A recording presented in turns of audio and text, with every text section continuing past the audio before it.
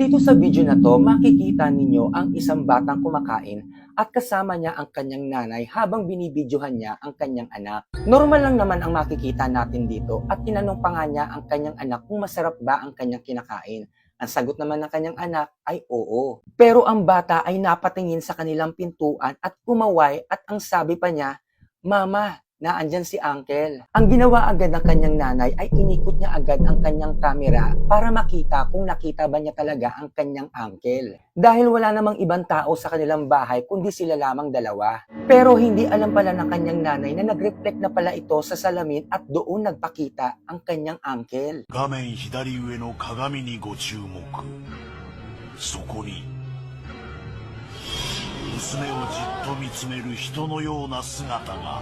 Nang inikot muli ng kanyang nanay ang kamera, ang sabi niya, walang tao dito kundi tayo lamang. Pero ito ang sabi ng kanyang anak. そこにいるよ。おじちゃん誰？